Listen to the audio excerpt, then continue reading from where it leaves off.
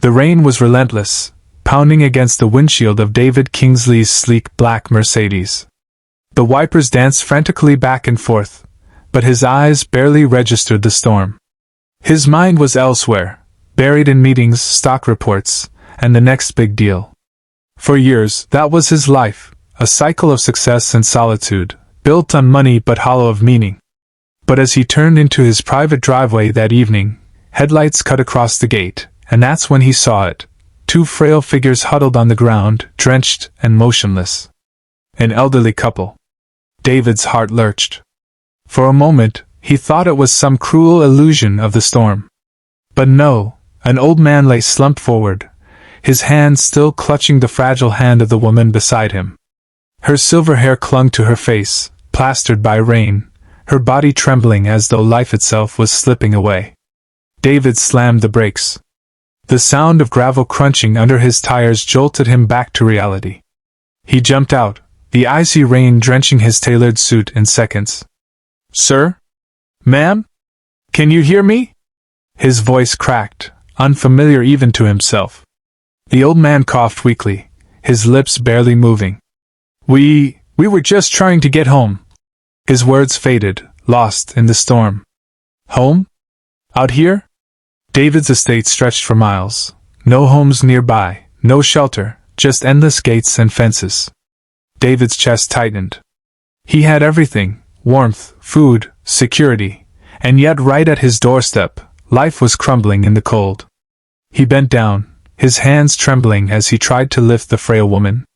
She was lighter than he expected, her soaked dress clinging to her fragile frame. "Stay with me," he whispered, half to her, half to himself. He dragged them inside his grand foyer, the marble floors quickly pooling with rainwater from their clothes. His house had never felt so cavernous, so empty, until now, with the shivering breaths of strangers echoing through it. For the first time in years, David didn't think about stock prices, or deadlines, or deals. He thought about blankets, warmth, tea, survival. He moved like a man possessed, wrapping them in towels, stoking the fireplace, calling the doctor who had once been on retainer for him, but hadn't been summoned in years.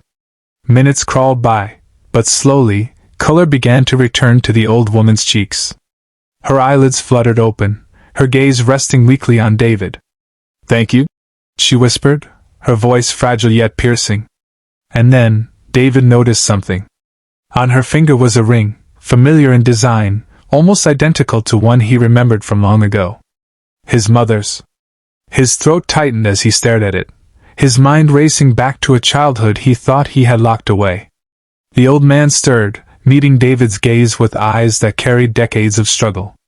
"We once lived here, before the land was sold. Before everything was taken." David froze. The land? The sale? The empire his fortune was built upon? The storm outside raged on, but in that moment, David felt a storm of his own: guilt, recognition, and something deeper. Something that made him see these strangers not as intruders, but as a mirror to everything he had forgotten about humanity.